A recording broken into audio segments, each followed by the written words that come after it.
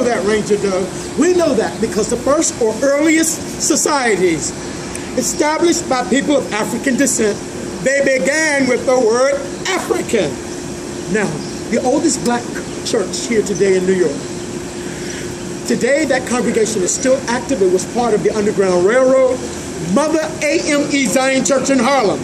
It began African Methodist Episcopal. The first schools for children whose parents were formerly enslaved. That first one opened 1787, known as the African Free Schools. There would be about 6 of those schools. They later would be renamed the Colored Schools, and they became part of the New York public school system. Now, they're the African Free Schools. Think of public education. Free. So our public school system, the African Free School, they are the forerunners, the beginners of the public school system. If you needed help from a society with clothing or food or burial expenses, there was the African Mutual Aid Society. So since the earliest organizations began with the word African, this cemetery today is known as the African Burial Ground. You know, we're actually standing in sacred and hollow space. I noticed some of you were in the circle, looking out, and as you were calling and you were listening to the reverberation or the echo, some say you speak and the ancestors make you listen. They respond to what you're saying. This is a holy and sacred place. You notice the mounds up front when you walk by, where crypts, containers holding coffins were put beneath the ground. When this area opened, those mounds in 2007 were placed on top. They mark, they let us know where containers holding the remains were actually reburied. Because of protest and outcry, students, people from the community, standing up to the federal government, they were able to preserve this part of the cemetery. This is only 3/500th of an acre, so the area behind the building. The cemetery is 6.6 acres or 5 blocks, but only this part has been preserved or set aside. There remains beneath us now. There were plans originally to add on to that building, but because of protest and outcry, Congress said, oh no, you must change the design. So 200 remains were found in this back area. They were simply covered, and they're still beneath us in place.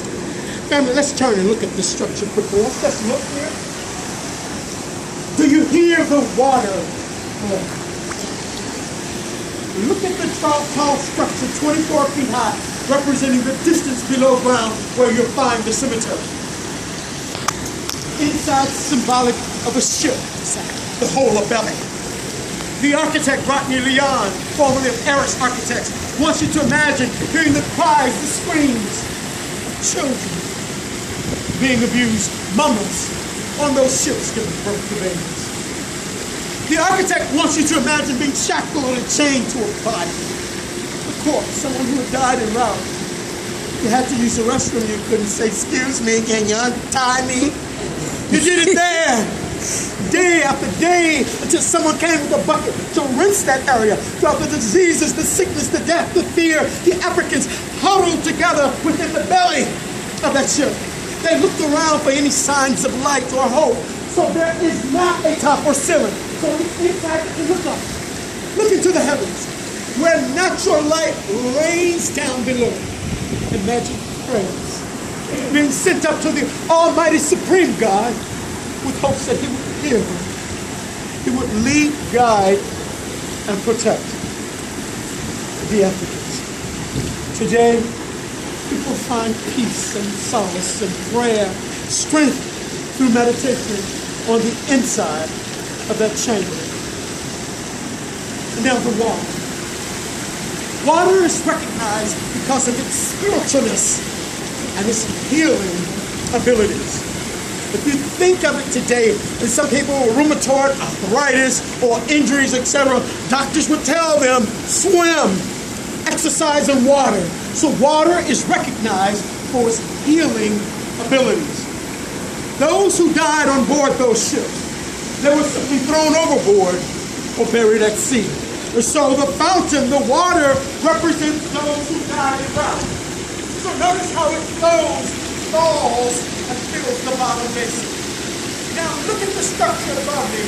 Try to imagine, envision a ship that sails in land and the door opens. Yet up above, this is the physical world. When you come down closer, we know there remains beneath. This is the spiritual world. This is a bridge where you cross over. You leave this physical world, you cross over to a spiritual world. You look down, you see a map of the world.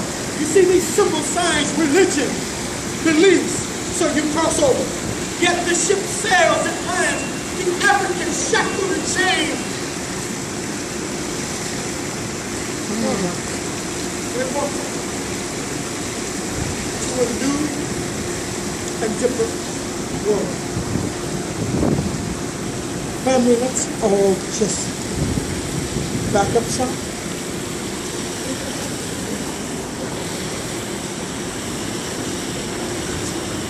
Africa, the center point of the court, lines that lead throughout, representing the dispersion, the moving of Africans throughout the world.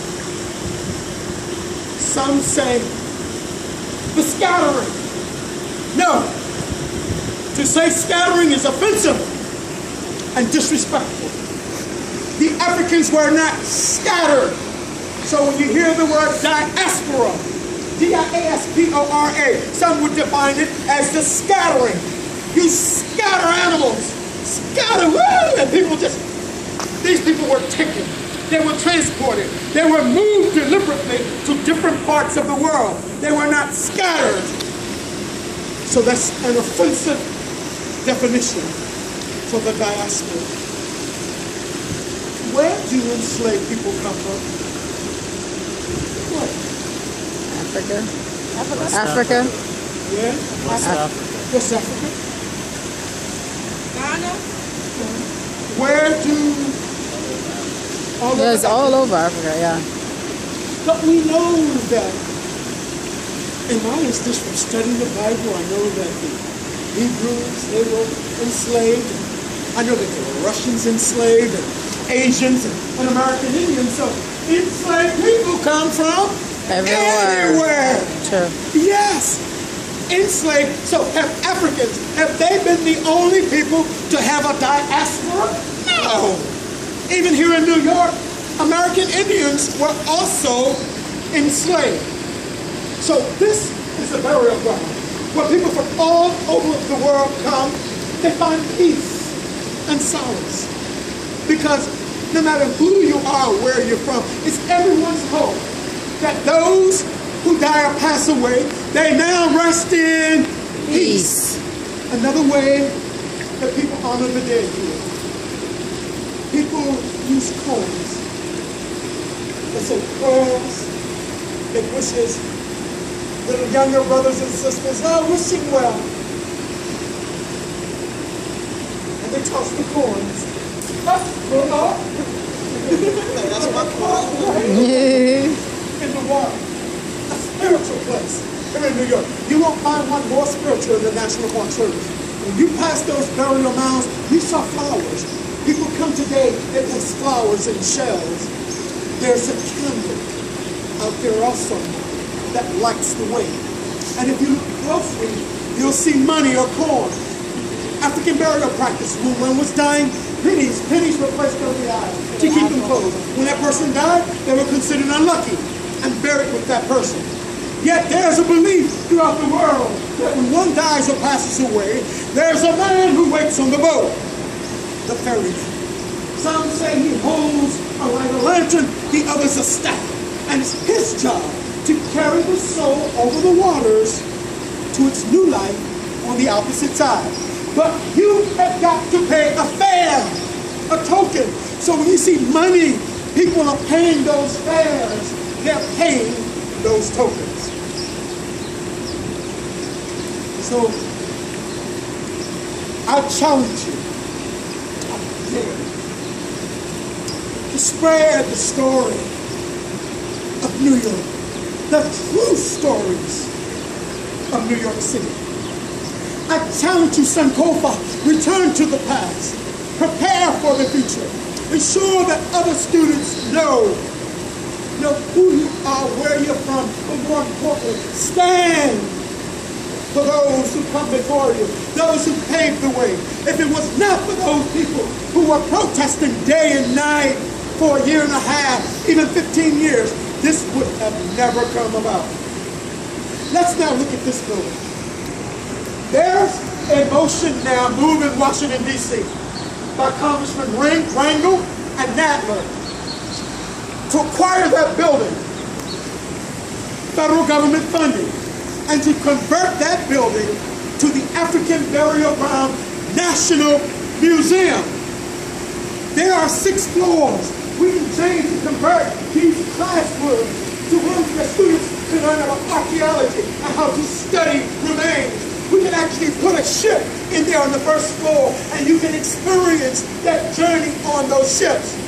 This is something significant that's happening now in Congress. Who knows, we may have that building. So with our visitor center, that huge building, also this memorial, this growth and development. I have a plan, a vision myself. Right up the street, there's a parking lot. I want us to eventually acquire that parking lot and put parking here for our visitors.